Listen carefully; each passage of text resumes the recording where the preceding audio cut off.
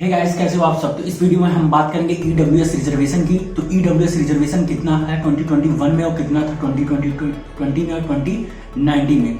और बात करेंगे हम कि सीटें जो हैं वो क्या जो मतलब जो कट ऑफ्स है वो क्या कितना वेरी करेगा 2019 टू 2020 और साथ ही 2021 में क्या 2020 जितना ही रहेगा। और फिर उसके बाद हम बात करेंगे एनआईटीज़ की कि एनआईटीज़ में कितने मार्क्स पे या कितनी रैंक पे हमें सीएस या फिर ऊपर की ब्रांचेज मिल जाएंगी अच्छी खासी, कि आईआईटी में कितनी रैंक पर हमारा एडमिशन हो जाएगा। तो ये सब चीज़ें हम इस वीडियो में देखेंगे। हाँ, तो शुरू करते हैं इस वीडियो को। जैसा कि आप सबको बता दें कि ईडब्ल्यूएस का जो क्राइटेरिया सिस्टम है वो 2019 में स्टार्ट हुआ है। तो ईडब्ल्यूएस जो रिजर्वेशन है वो 2019 में 4% था। साथ ही जो इसकी रिजर्वेशन है वो 2020 में सीधे 10% कर दी गई थी, बढ़ाकर।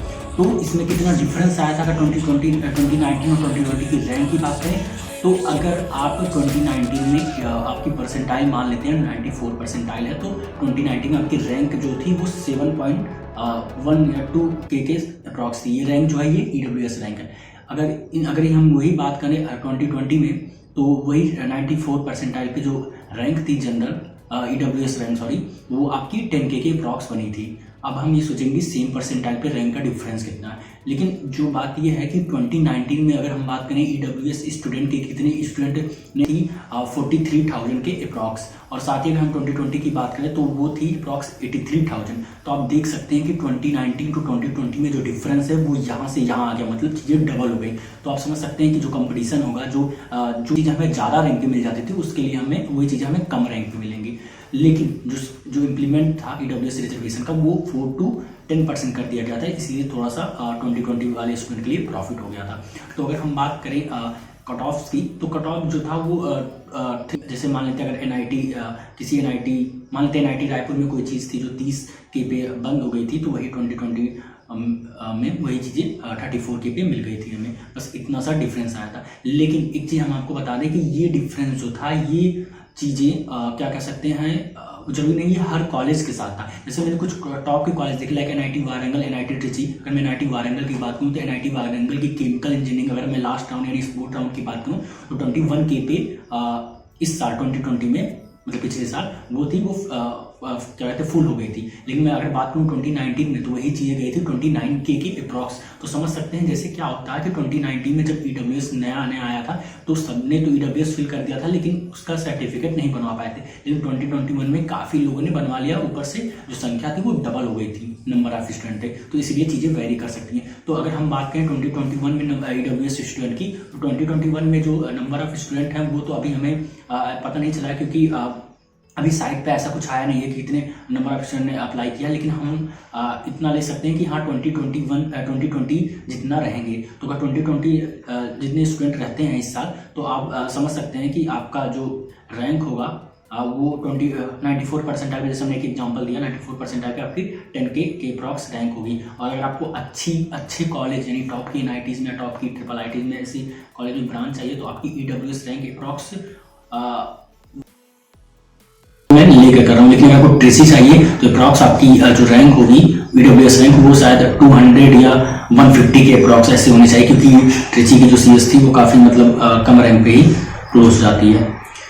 हाँ, ये तो रहा। अब हम बात करें कि अगर ईडब्ल्यूएस का अगर हम कंपेयर करें जनरल से तो कितना हमें प्रॉफिट मिलता है। देखिए, जो जनरल अगर मान लेते हैं कोई कॉलेज है, स्पेसिफिक कोई कॉलेज है, उसकी सेम ब्रांच है, तो अगर कोई जनरल कैटेगरी वाले बच्चे को उस किसी रैंक पे मिलती है और किसी ओबीसी वाले बच्चे को किसी उसी मतलब थोड़ी सी डिफरेंस, तो जाहिर सी बात है जनरल ओबीसी में रैंक पे मिलती है। तो आप समझ सकते हैं कि ईडब्ल्यूएस जो है वो जनरल और ओबीसी के बीच में कहीं पे लाई करता है। ठीक है, आप इससे समझ सकते हैं। अब बात करें आईआईटी की, तो अगर मैं आईआईटी की बात करूं तो आईआईटी में जैसे ये चीज़ तो आप ये जान लीजिए, अगर मान लेते हैं आप ईडब्ल्यूएस से नहीं भी हो तो जो ईडब्ल्यूएस स्टूडेंट है वो जाहिर सी बात है वो जनरल ही होंगे। ठीक है, तो अगर ईडब्ल्यूएस की सीटें बढ़ती हैं तो जनरल के लिए प्रॉफिट होगा। मान लेते हैं अगर कोई आईआईटी में, मान लेते हैं अगर उसकी क्लोजिंग रैंक किसी भी ब्रांच की किसी भी न्यू आईआईटी में 11K या 12K है, तो चीज़ वो बढ़ेंगी। रीजन क्या है कि वो स्टूडेंट जो है जनरल के वो ईडब्ल्यूएस में कन्वर्ट हुए हैं, तो फिर वो चीज़ का प्रॉफिट जो है वो आपको मिलेगा, जनरल वाले स्टूडेंट को भी मिलेगा, क्योंकि वो ईडब्ल्यूएस में चेंज हुए हैं। तो अगर मैं ईडब्ल्यूएस की ये वीडियो मैंने स्पेशल ईडब्ल्यूएस के लिए बनाया है, तो अगर आपकी लास्ट रैंक, अगर मतलब आपको आईआईटी में घुसना है, तो आपको ब्रांच और कॉलेज से नहीं मतलब है, तो अगर आपको 20K तो भी आपको IIT मिल जाएगी।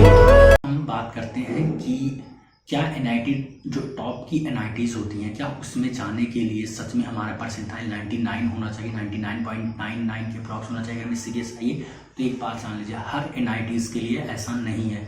मैं NIT ट्रिची की बात करूं, अगर आप NIT ट्रिची यानी कि आप तमिलनाडु के मतलब होम स्टेट से बिलोंग करते हो ट्रिची के, तो आपको CS अगर आप EWS से हैं तो आपको 64 के, और ये 64 के रैंक है जनरल के रैंक पे कंप्यूटर साइंस एंड इंजीनियरिंग मिला था।